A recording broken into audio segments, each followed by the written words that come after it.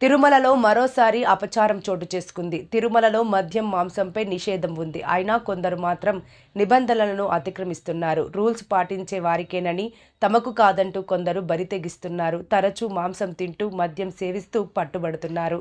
తాజాగా తిరుమల శ్రీవారి పాదాల చెంత మెట్ల మార్గంలో టీటీడీ సిబ్బంది మాంసాహార భోజనం తింటూ పట్టుబడ్డారు. టీటీడీ సిబ్బంది మాంసం తినడంతో సర్వత్ర విమర్శలు వ్యక్తమవుతున్నాయి. ఎవరు తెచ్చేసారన్నా? వెండి చెప్పలేదంటన్నా అసలు నువ్వు ఏం తెచ్చేస్తున్నారు?